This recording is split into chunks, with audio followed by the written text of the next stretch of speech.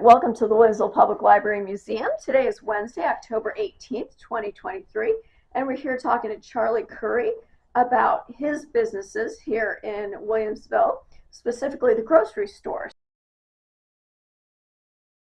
I know you have given us some information about growing up. You had jobs in grocery stores, and that kind of prepared you for the job that you ended up having running your own grocery store. So about the time that you were in high school, I believe you were working for somebody named Dick Waggoner. Is that right? Yeah. So can you start out telling us about that and how that eventually led to you having your own grocery store? I learned a lot in there. I learned, especially from Dick Waggoner, how to cut meat and everything. One of the employees that I had thought I was making too much money, so his father-in-law talked him into buying a store over in Niagara, which when he got over there, he soon learned that you have to do the work, some of the work yourself. And he thought when it come hunting season, he could go on a hunting trip or fishing trip or something like that. And he left somebody to run things for him, and the next thing you know, he was broke. But anyway, I kept my business going here. At the time, when they talked to me about buying their store, I thought, well, that's a way of branching out. But I stayed with what I had, and I joined a grocery group out of Bloomington. That's who I purchased my merchandise from. And they came in and gave me new ideas, always kept me with new products. I started keeping a lot of produce and building my meat business. And I built a real good meat business over there. At the time, was there more than one grocery store in Williamsville when you were working for Dick Waggoner? Yeah. Okay, how many were there? There's one next door. Okay. And Stanley Doty had one, and when he started to close, when he didn't get a chance to close his, he had gone down to Fort Leonard Wood to see his son who was in the service, and on the way back he got killed. Oh, no. So naturally they had to do away with the store. Okay. And he was one of those, he would not sell cigarettes back then. Okay. He would not sell. So how was a town like Williamsville? I mean, about how many people were in Williamsville at that time? At the time, between 500 and 600 people. So how could they sustain more than one grocery store? Oh, it was easy. How's that? We all gave credit. Okay.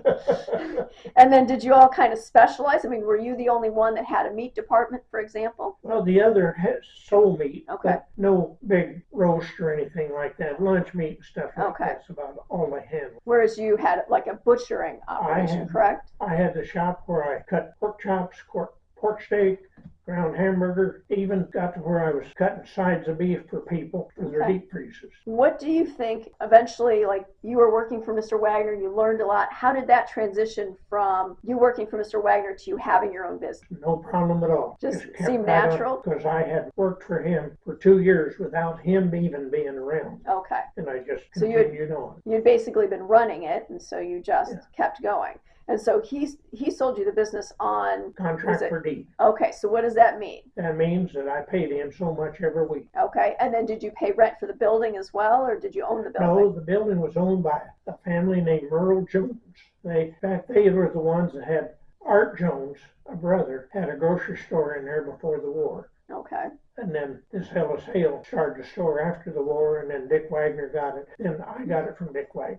Okay. So what do you think made it so successful, aside from the fact that you had kind of the niche of the butchering aspect of it? What else do you think made your grocery store special and successful? I just serviced them and had everything they wanted. They didn't have to go out of town to get it. A lot of them did, but they didn't have to go out of town. I had it right there, and they could run in there in the evening and get what they wanted for supper that night. Or a lot of times, I opened at 7 in the morning, and you'd have these ladies coming in grabbing a donut or something because they were on their way to work. Sure. And school kids, and at noon, the school kids, they didn't have lunch. They did have lunchroom then, but they didn't require them to stay. Mm-hmm. And all you see 50, 75 kids coming uptown, and they'd be getting Twinkies and stuff like that. The necessities. Potato chips and soda pop. Sure. That was their dinner. Okay. And of course, they had an hour from the time they left school till they got back. Okay. And I think I had everything for them. I once had a cake man. Somebody said, "Why do you stop in that store?" And he said, "I want to tell you, I can unload all the cakes and stuff I want right there at Charlie's." Okay. Because he's got the market for them. Right. And then when they started putting the highway through, come around like it is now, the guys only had one little restaurant next door. And I got to where I was making sandwiches for them, because they only had an hour. And they would come in, and two different fellas, one of my, who's now my son-in-law. Okay. Him and another guy, which were foremans on the job, or not foremans, but state workers on the job. Sure. And they would come in and get up every day a load of soda so they could sell to the guys out there on the job. Okay. Okay. And that's how they met my daughter. I see. I see. And that increased the business, but I serviced those people. Any kind of sandwich they wanted. They come in just long enough for me to slice it off. Right. There's the bread and the mustard, whatever it is. Fix your sandwich. Right. So it's kind of a deli counter. Deli counter, and I think sandwiches sold for about 15 cents. Right. Next door, they had Burl Holly had the restaurant then, and he did he mind that you had this little side business going or not? Didn't do him any good. Okay. When he had to run out of something, he had to come over and get it from me. Okay. So he didn't mind. So how do you think that was different than the way grocery stores are today? The way grocery stores are today, there's no credit in any of them. Right. They have anything and everything, and in other words, if they got ketchup in there, they got about 5 kinds. If they got soups, they got 50 kinds. They've got delis in them, and they got these big long meat counters, which they wrap the meat today and put it out there. They don't, there's a couple of them like Humphreys and Springfield that have the over-the-counter service on meat. And there's one other place in there, I think, that has that. Okay. Country Market, you heard of that, Lee? It's out on Wabash. Okay. Yeah, Country Market. They have over-the-counter meat. Okay. So the way people do business in the grocery stores changed a little bit since your time? Yes, it has really changed. In fact, now you can call your order into Walmart, and they will have it ready for you. And you can just drive in, pick it up, pay for it. So do you think the development of those kind of grocery stores was part of the reason why you wrapped up your business? Oh, that's one of the main things, is the way things are today. People, other words, when Kent's built that store out here in Williamsville, the IGA, everybody seemed like they wanted to flock there, going to get it cheaper. They found out that if they could save money buying off of me. A lot of, even the employees would come and buy their meat off of me. They wouldn't buy it off of them. Why is it then that you decided to wrap up your business? Well, it just got so bad. The state was on me. They wanted me to really modernize my business. I had wood floors and that open meat counter and all that stuff. And the state was on me, and I said, I've just had it with the state. So you decided that's when you wrapped up your business, closed your business, and went to work for Kent's IGA for about how many years? 6 years. Okay. And then what did you do after that? Into that 6 years, they had sold the store. I see. Now, they give me a pension. If I'd stayed there 8 years, I'd be getting that pension today. But they sold it at 6 years. A guy named Smith bought it, and he said, I'm going to give you all of that stuff. I never, ever got any insurance, no pension, no nothing. Lasted there 6 years, and I think he got kind of tired of it, the boy. And he bought a tavern over in Spalding. So he just closed it up? Well, they was able to sell it. Okay. They sold it to a family named Lump. And I'm telling you, he come in and he was going to operate everything like the modern day. You come in, and if you wanted it, it was there. I'm not giving you anything. And that's the way it ended up. It didn't take him long to close up. Okay. That's when they no longer had a store. So kind of getting away from customer service combined with all of the big box stores and more grocery stores in Springfield kind of transitioned away from the small town grocery stores here in Williamsville. So eventually you decided to retire. What did you do when you retired? Well, I didn't exactly retire. Okay. I needed a job. Okay. Luntz let me go. Okay. So after you left Luntz, what did you decide to do?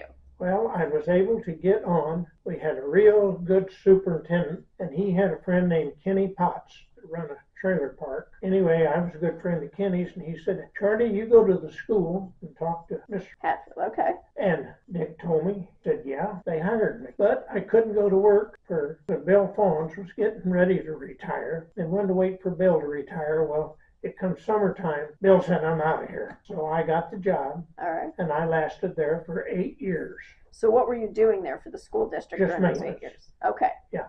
Okay. So you kind of followed in your dad's footsteps in a way. He was working for the village maintenance and you took over at the school for Well, maintenance. the type of maintenance I done was cleaning the buildings, Okay. making sure the furnace was running in the mornings, Right. and Anything with the buses or? no, I had Okay. nothing to do with the buses. So just the building and grounds maintenance. Yeah, I Okay. just had to get there early in the morning, open it Okay. up, and Right. All right. So you did that for about 8 years and then did you decide to retire? then I decided to Okay. retire. And so what did you do then? I really didn't do much of anything, but I was able to get a pension. Okay. It wasn't a very big pension, Okay. but I applied for Social Security at that Sure. time. I didn't apply for retire until I was 68. Putting the two pensions together was really nice. Okay. It was more than I was making working, because at the school I was making 9 something an hour. Big difference from 10 cents an hour or 15 cents You an better hour. believe it was over the years. Anyway, I didn't do anything after that. Okay. But I've been hooked with a lot of operations since then. And physically, I can't do much of anything today. So what do you enjoy these days? How do you spend your time when you get a chance to Well, relax? I get up in the mornings, and if I feel up to it, I'll drive over to Petersburg with the old timers, and we have coffee together and Sure. shoot the breeze. Sure. And about 10 o'clock or 11 o'clock, I go back home, and that's about it for the day. Of course, I take care of the garden and the yard and all that stuff. Do you still have a garden then? This is the last year I think I'm going to do it. Okay. Like a We had a vegetable? drought this year, and Yeah. we absolutely ended up with nothing. So up until this summer, you had a vegetable garden then going? Oh yeah, I raised tomatoes, and we canned tomatoes, we canned green beans, we raised enough onions. I raised my onions, and I told the former sheriff how to do it. You make a hill about that high, and you stick them onion plants in that. They've got good ground to grow in, and you put all this spring down, and you don't have to worry about the weeds. Right. And last year, I raised onions like that. We had enough onions that we personally didn't have to buy onions until about March of Okay. this year. This year, I put in the same amount, and with the drought, I couldn't even find the seed. Wow. So do you think something as simple as having a garden goes back to when you were a kid and the way you were When raised? I was a kid, our dad always had a garden, and us kids worked the garden. Right. And it was always successful. Mom always had enough stuff to can and Right. all things like that. I wouldn't trade this town for any town. I mean, I think Lee will tell you, this has been a great town. It really is. I live over where I live now. There's nothing over there except a tavern, and I don't drink. And I don't smoke, but they've opened up a little coffee shop over there that's got, you get a coffee and a muffin, and that's Sure. about the limit. Sure. Going to have new owners first of the year, though. It might be different. We have a Dollar General and a Casey's sandwich shop. What do you call it? Like a Subway? Subway. That's all they've got over there. Yeah. I mean, that is all. And of course, I'm not a Pleasant Plains fan, so I don't attend any of the Sure. football games and Sure. anything. For a couple years there, I lost my driving privileges at night, Sure. so I couldn't come over to Williamsville. Right. Still want to say, this is the greatest little town on earth. Well, we appreciate that. We appreciate your time today. So thank you very much.